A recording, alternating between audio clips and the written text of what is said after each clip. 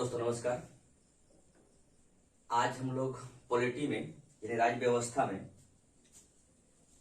संविधान सभा को जानते हैं, देखते हैं उसके बारे में, और जो भी एग्जाम के पॉइंट व्यू से जो भी क्वेश्चन हो सकता है, जो आपको लगता है कि इन सब क्वेश्चन पूछा जा सकता है, मैंने कोशिश किया उन सारे क्वेश्चन को यहाँ पर रखने के लिए आपके पास, और हम लोग देखेंगे। मेनली मुझे बस इतना जानना है कि संविधान सभा का निर्माण कैसे हुआ, क्यों किया गया। इसके बाद उनसे जितने भी तरह का क्वेश्चन निकल सकता है और सारे क्वेश्चन के बारे में हम लोग देखेंगे। लेकिन इससे पूर्व मैं एक बात बताना चाहूंगा आप लोगों को कि संविधान सभा से पूर्व आपको संवैधानिक विकास को देखना होगा या डेवलपमेंट को देखना है। तो चलिए संवैधानिक विकास के तहत में इसी चैनल के माध्यम में प्लेलिस्ट में जाएंगे और वहां पर 7 वीडियो मिलेगा संवैधानिक विकास के बारे में, ठीक है। और साथ में एक MCQ भी मिलेगा संवैधानिक विकास और संविधान सभा दोनों का, ठीक है। तो चलिए दोस्तों, आज हम लोग बिना समय गंवाए हुए हम लोग आगे बढ़ते हैं और ये टॉपिक है आज का संविधान सभा। तो संविधान सभा का गठन यानी इसकी गठन का प्रारंभ कैसे होता है, आखिर गठन का माजरा क्या था, गठन क्यों किया गया। तो संवैधानिक विकास के बाद संविधान सभा, तो यहाँ पर एक संविधान के निर्माण की बात चल रही थी, और संविधान निर्माण कौन करेगा, तो संविधान सभा करेगी। तो इसका डिमांड बहुत पहले से चल रहा था कि संविधान सभा गठन किया जाए। तो इसी क्रम में एक समय की बात है, वो समय है 1934 में, ठीक है। इस समय सबसे पहले MN रॉय ने संविधान सभा की गठन की मांग किया गया कि गठन होना चाहिए, कोई बात नहीं, इन्हें मांग किया। खैर हम उस समय गुलाम में थे, यानी गुलामी जंजीर बंधे हुए थे, अंग्रेज के गुलाम में हम जी रहे थे। तो इनकी मांग मानना ना मानना उनकी मर्जी था। तो इसने डिमांड किया MN रॉय ने कि एक संविधान का गठन होना चाहिए, और फिर आगे चलकर फिर इसी को बात रखते हुए 1935 में भारतीय राष्ट्रीय कांग्रेस ने पहली बार डिमांड किया कि संविधान सभा का गठन होना चाहिए, जिससे भारत में एक संविधान का निर्माण हो सके, ठीक है। फिर जब कांग्रेस ने इसकी मांग किया, इसके बाद 1938 में भारतीय राष्ट्रीय कांग्रेस द्वारा, खासकर उसमें जवाहरलाल नेहरू द्वारा संविधान निर्माण की बात किया, और इसने एक बात कहे कि ये संविधान निर्माण जो होगा वो वयस्क मानवाधिकार के तहत में होगा और इसमें किसी बाहरी हस्तक्षेप की जरूरत नहीं है। यानी कहने का मतलब है जो भी करूंगा भारतीय करेंगे, ना कि बाहरी तत्व इसमें हस्तक्षेप करे, ठीक है।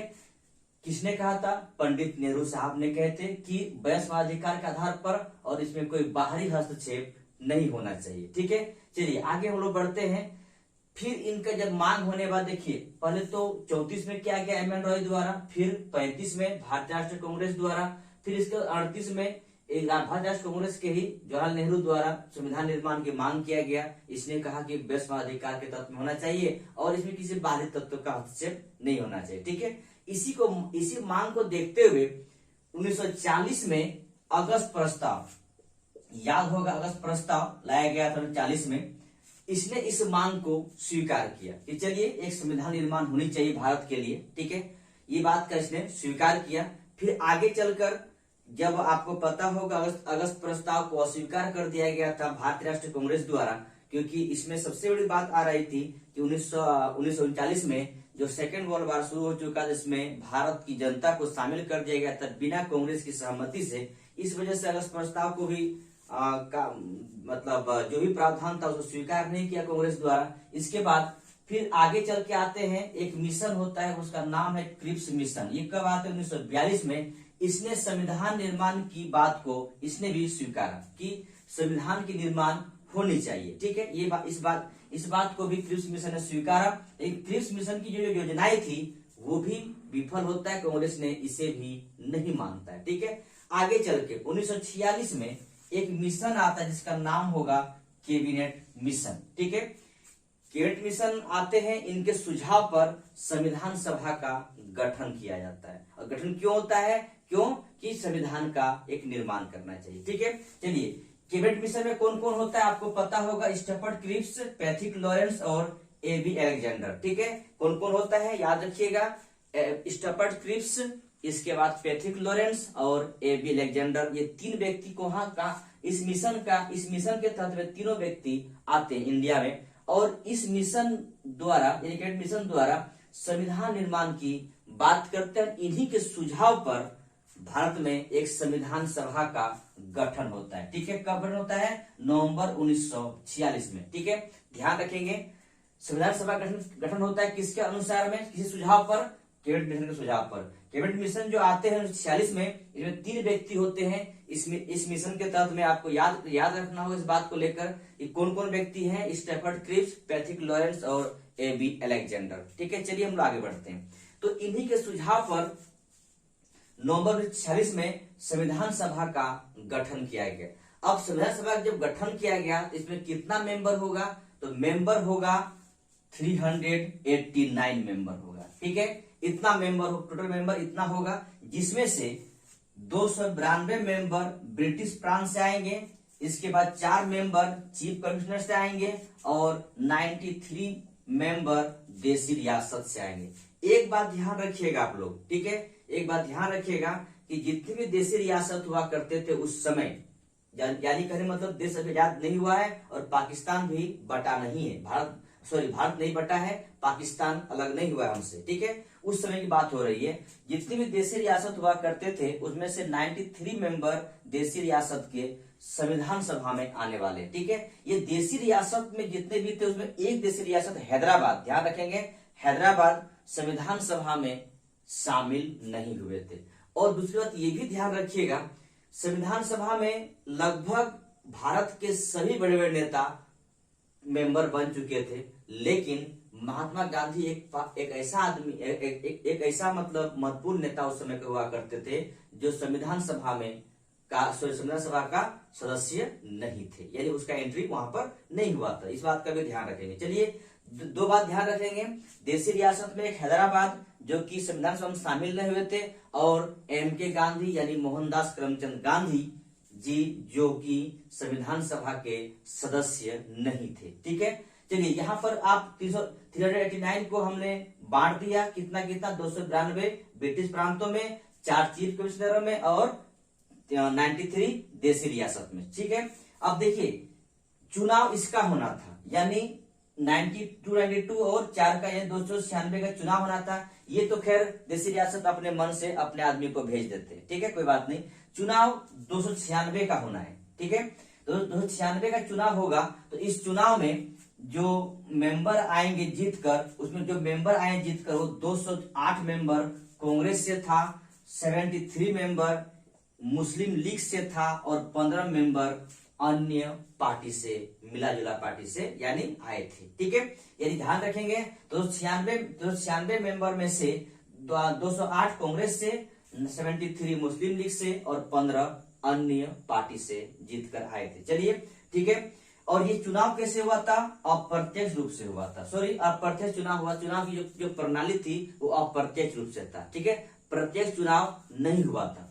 दूसरी बात ये भी ध्यान रखेंगे, ये इस चुनाव में जो आप सांप्रदायिक तरीके से आप देखेंगे कि कितने मेंबर किस समाज से आए या किस वर्ग से आए, तो देखिए सामान्य वर्ग से जो थे वो 213 व्यक्ति थे। ठीक है, 296 में 213 व्यक्ति सामान्य वर्ग से, 79 व्यक्ति मुसलमान थे और 4 व्यक्ति सिख थे। ठीक है, सब मिला के जोड़ देंगे तो 296 हो जाएगा। ठीक है, याद रखेंगे 213 व्यक्ति सामान्य से, 79 व्यक्ति मुसलमान थे और 4 व्यक्ति सिख थे। ठीक है, चलिए इसी 296 में से जो अगर कुल मेंबर को देखा जाए, जिसमें से 15 सदस्य महिला थी, ध्यान रखेंगे 15 सदस्य महिला थी और 33 सदस्य अनुसूचित जनजाति से मेंबर थे। ठीक है, कहां पर? संविधान सभा में। ठीक है, ध्यान रखेंगे 15 सदस्य महिलाएं थी। ठीक है, संविधान सभा में टोटल 296 का। ठीक है, और 33 जो व्यक्ति थे वो अनुसूचित जनजाति से थे। ठीक है, तो यहां तक हम लोग इसको रिकॉल कर लीजिए, देख लीजिए एक बार सही तरीके से, और हम लोग फिर आगे बढ़ते हैं और देखते हैं संविधान सभा की पहली बैठक कब होती है। संविधान सभा की पहली बैठक जो हुई थी वो था डेट 9 दिसंबर 1946 को। ठीक है, डेट याद रखेंगे, संविधान सभा की पहली बैठक 9 दिसंबर 1946 को।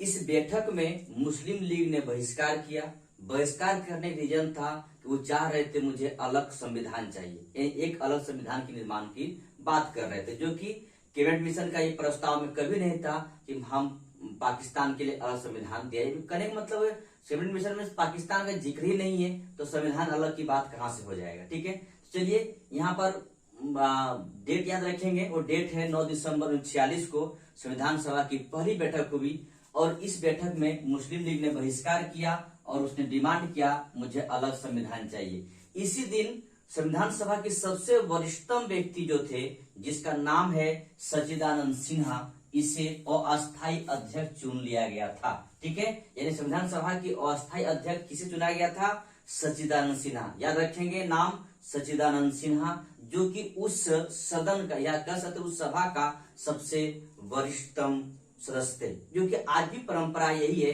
कि आम चुनाव के बाद प्रोटेम स्पीकर के तौर पर उस करें लोकसभा का सबसे वरिष्ठतम जो मेंबर होता है उसको प्रोटेम स्पीकर के तौर पे चुना जाता है। चलिए हम लोग आगे बढ़ते हैं। 9 दिसंबर के बाद 11 दिसंबर को होता क्या है, एक अस्थायी अध्यक्ष चुना जाता है जिसका नाम है राजेंद्र प्रसाद। ठीक है, राजेंद्र प्रसाद, ध्यान रखेंगे अस्थायी अध्यक्ष के तौर पे कौन है? राजेंद्र प्रसाद है। ठीक है, और उपाध्यक्ष के तौर पर याद रख लीजिएगा CH मुखर्जी। ठीक है, उपाध्यक्ष के तौर पर, यानी संविधान सभा के उपाध्यक्ष कौन थे? CH मुखर्जी। ठीक, ध्यान रखिएगा। चलिए, तो यहाँ पर 9 दिसंबर 1946 को अस्थायी अध्यक्ष के तौर पर राजेंद्र प्रसाद का चुनाव हो जाता है। आगे फिर अगले एक दिन बाद यानी 13 दिसंबर को जवाहरलाल नेहरू साहब द्वारा पंडित नेहरू द्वारा उद्देश्य प्रस्ताव पेश करते हैं। ठीक है, उद्देश्य प्रस्ताव पेश करते संविधान सभा में, और यही उद्देश्य प्रस्ताव आगे चलकर प्रस्तावना बन जाता है। ठीक है, ये उद्देश्य प्रस्ताव आगे चलकर क्या बन जाता है? प्रस्तावना बन जाता है। यानी ये 13 दिसंबर 1946 को पंडित नेहरू द्वारा उद्देश्य प्रस्ताव पेश करते हैं। यह उद्देश्य प्रस्ताव आगे चलकर प्रस्तावना बन जाता है। ठीक है, चलिए एक बात और ध्यान रखिएगा कि संवैधानिक सलाहकार के रूप में किसे चुना गया था या किसे बनाया गया था? संवैधानिक सलाहकार। ठीक है, वो कौन थे? BN राव। ठीक है, BN राव को संवैधानिक सलाहकार चुना गया था। ठीक है, इसके बाद संविधान सभा, देखिए BN राव कौन थे? संवैधानिक सलाहकार थे। संविधान सभा में देखिए, अब यहाँ पर जो यहाँ पर लिखा हुआ इसका ध्यान दीजिएगा आप लोग। जब देश आजाद होने के बाद पाकिस्तान का जब विभाजन हो जाता है तो जो संविधान सभा की कुल मेंबर की संख्या जो थी 389, इसमें से घटकर कितना बच जाता है? 299। ठीक है, ये कब इतना मेंबर था? जब पाकिस्तान, यानी मेरे पास पाकिस्तान था, जब पाकिस्तान बढ़ चुका है, याद हो गया। अब ये कब की बात कर रहे हैं? 1946 की बात करें, जब पहली बार संविधान सभा गठन किया गया था। उस समय इसकी मेंबर कितना था? 389। तो अब जब देश आजाद हो गया और पाकिस्तान हमारा भारत बढ़ चुका है, तो उस दौर में इसकी संख्या घट के कितना रह जाती है? 299। ठीक है, ब्रिटिश प्रांतों की संख्या, ब्रिटिश प्रांतों से कितना रहती है? 229। यानी ब्रिटिश प्रांतों से जो मेंबर आएंगे उसकी संख्या 229, और देशी रियासतों से 70 मेंबर आएंगे। जबकि यही पहले क्या था? ब्रिटिश प्रांतों चीफ कमिश्नर मिलकर सब मिलाकर 296, और देशी रियासतों से कितना था? 93। ठीक है, ये सब मिलकर इतना था। लेकिन अभी कितना हो चुका है? 299 कुल मेंबर, 229 ब्रिटिश प्रांतों से आएंगे और 70 देशी रियासत से। ठीक है, तो ये था, ये कब की बात है? देश विभाजन होने के बाद और भारत आजाद होने के बाद। ठीक है, चलिए आगे बढ़ते हैं। एक समिति गठन किया जाएगा जिसका नाम होगा प्रारूप समिति। ठीक है, प्रारूप समिति कब गठन किया जाएगा? 29 अगस्त 1947 को। इसकी कुल मेंबर संख्या कितनी है? 7 है, जिसका अध्यक्ष बनेंगे एक कौन? भीमराव अंबेडकर। ठीक है, भीमराव अंबेडकर साहब अध्यक्ष बनेंगे किसका, प्रारूप समिति का। ठीक है, प्रारूप समिति का अध्यक्ष बनेंगे भीमराव अंबेडकर साहब। ठीक है, चलिए और 6 मेंबर और हैं, उनको भी आप लोग देख लीजिएगा। चलिए आगे बढ़ते हैं। देखिए यही समिति आगे चल के संविधान की प्रारूप पेश करेंगे, जिसमें 3 बार बैठक होगी, 3 वाचन होगा, फिर उसके बाद संविधान को अंगीकार, एडॉप्ट, सारा कुछ लागू भी आगे चल के कर लिया जाएगा। ठीक है, चलिए तो इस समिति द्वारा संविधान की प्रारूप जो पेश किया गया था, कब पेश किया गया था, 21 फरवरी 1948 को संविधान की प्रारूप पेश किया गया और संविधान सभा में उसे रखा गया। कहाँ रखा गया था, संविधान सभा में। संविधान की प्रारूप पेश किया, किसने पेश किया, प्रारूप समिति ने, जिसका अध्यक्ष भीमराव अंबेडकर हुआ करते थे। चलिए आगे बढ़ते हैं। अब यहाँ से देखिए, जब प्रारूप पेश हो गया संविधान का, तब फिर यहाँ पर बैठक होना शुरू हुआ। तो प्रथम वाचन यानी उसके प्रारूप, संविधान के प्रारूप पर बहस करने के लिए प्रथम वाचन कब शुरू हुई, 4 नवंबर से 9 नवंबर 1948। दूसरी वाचन कब शुरू हुआ, 15 नवंबर 1948 से 17 अक्टूबर 1949। इस दूसरी वाचन में खंडवार रूप से विचार विमर्श किया गया, व्यापक रूप से विचार विमर्श किया गया और जो भी चीजें हुई वो बहुमत से हुआ या सर्वसम्मति से पास कर दिया गया। ठीक है, यानी जो भी निर्णय लिया गया वो पूर्ण सहमति से या बहुमत से निर्णय लिया गया। और इस दूसरी वाचन में संविधान के ऊपर में खंडवार विचार विमर्श किया गया, यानी व्यापक रूप से विचार विमर्श किया गया था सेकंड वाचन में। और तीसरा वाचन कब शुरू होती है, 14 नवंबर 1949 से 26 नवंबर 1949 तक चलता है। और इसी दिन हम अपने संविधान को अंगीकार किए, एडॉप्ट कर लिए, आत्मसात कर लिए। ठीक है,